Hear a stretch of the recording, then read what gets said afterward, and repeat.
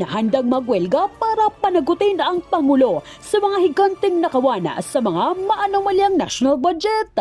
Pagpapakaso ni PBBM kay Saldico at Martin Romualdez, hindi makakaligtas sa kanya para takasan ang batas. Pero bago ang lahat, kung hindi pa kayo nakapag-subscribe sa channel na ito, please do subscribe para mas maging updated pa kayo sa mga susunod kong mga videos. Kinumpirma nga ni PBBM ang pagpapakaso kay Saldico kaugnay sa mga kasong lakip sa pagnanakaw sa Kabanang Bayan. Ngunit dingin ng nakararami na kahit naman ilang politiko ang magtanggol sa Pangulo, hindi maaring payagang magbalinis si PBBM sa mga nangyayaring korupsyon dito sa bansa dahil sa mga lumitaw na resibong pirmado niya lahat ng mga sangkot sa maanomalyang national budget. Samantala, narito ang payag ni PBBM na kung saan kinumpirma niya ang kaso laban kay Saldico at ang pagpoprotekta ni Ping Lacson sa Pangulo. Magandang araw po sa inyong lahat. Ito po ay isa pang report na aking ginagawa upang malaman ng taong bayan kung ano na ang nangyayari tungkol sa mga flood control na kaso na naging iskandalo. At kung ano ang mga ating nagawa upang mapanagot ang mga may kagagawan nito. Kaya nais kong i-report na ang ombudsman nagpormal nang naghain ng kaso laban kina Saldico at iba pang 17 individual batay sa mga ebidensyang iniakyat ng ICI at saka ng DPWH.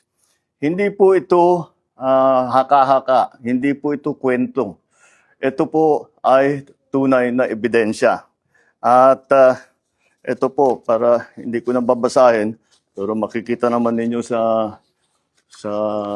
phone ninyo, ito yung listahan ng may arrest warrant na. At ang susunod na hakbang, ay wala nang paligoy-ligoy pa, ang ating mga otoridad ay siyempre papatupad na nila itong mga arrest warrant na ito. Aarestuhin na sila, ihaharap sa korte at pananagutin sa batas. Walang special na pagtrato, walang sinasanto. Ako ang nagsimula nitong lahat. Ako ang magtatapos.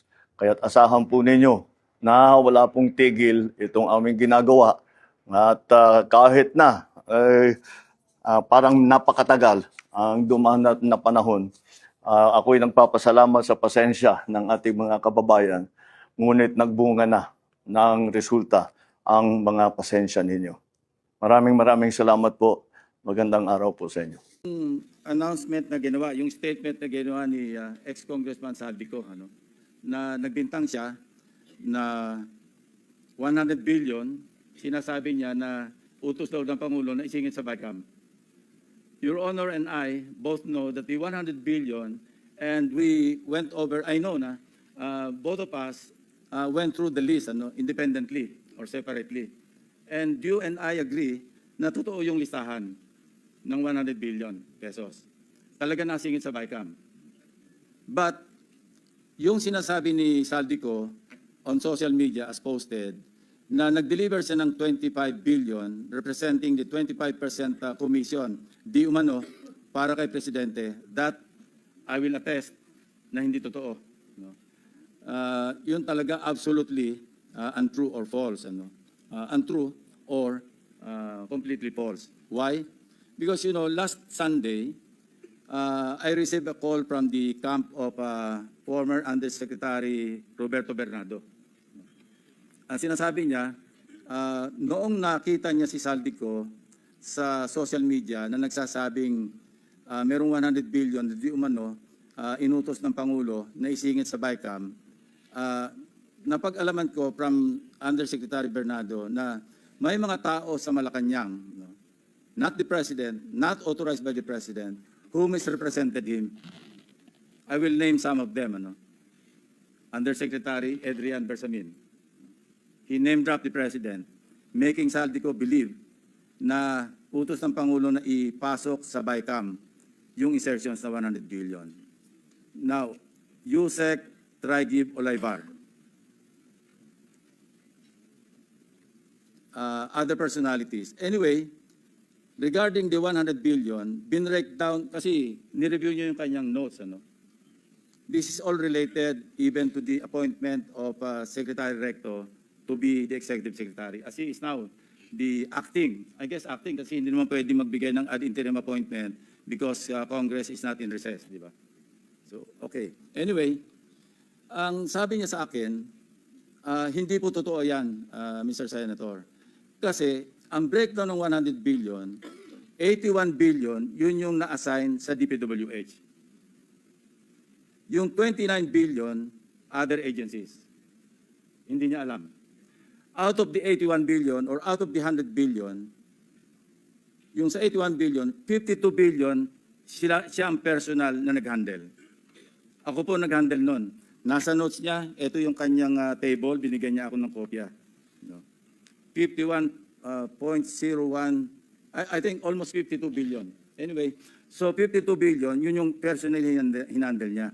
And talagang sabi niya, naghatid ako ng pera as kickback, but not to the President, but to Yusek Olaybar. And sabi niya, ang pagkaalam niya, kasama si Yusek Adrian Bersamin. 8 billion pesos, Mr. President, in at least 10 deliveries. The modus that yung arrangement nila is, may tigisa silang armor van. May armor van si Yusek Olaybar, may armor van siya, magpapark sa basement ng Diamond Hotel, darating yung van driven by Olaybar, and possibly, sabi niya, hindi sa sigurado, and possibly along with Adrian Bersamin. Bakante yung armor van, ipapark, idadarab yung isang van na puno ng pera. Ranging from 800 million hanggang 2 billion. Umabot ng 2 billion only because sometime in March, yung kanyang date na sinasabi from, I think, March hanggang April, yung delivery. Very good nga raw siya, sabi ni Yusek Olaybar, kasi nakakapag-deliver.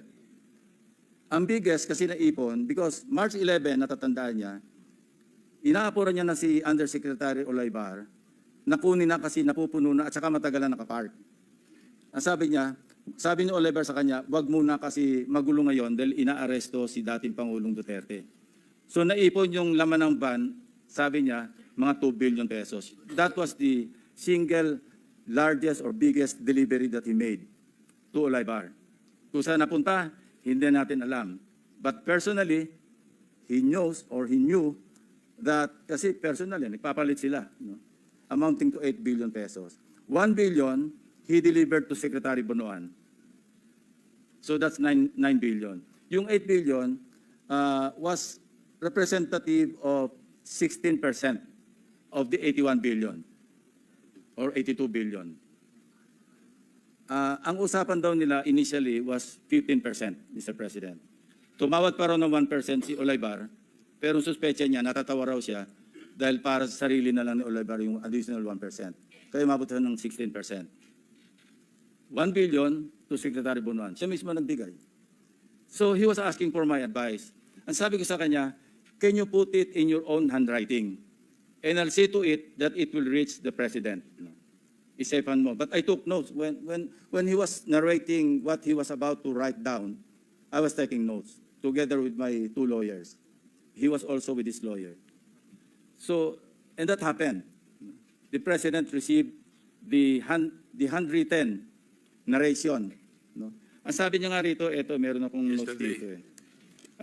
Sabi niya, last quarter ng 2025, most likely during the last days of October or early November 2025, 2020, ano to? Last quarter. Yusek Trigib requested for list of projects. Siya nagpe-prepare eh. Of course, along with Yusek Cabral, kasi si Undersecretary Cabral naman ang tinatas ni Secretary Bonoan na mag-prepare ng listahan. Ito nga yung awkward, Mr. President, and we want to correct this. Ano? Bakit nauna yung funding, saka pa lang maghahanap ng items?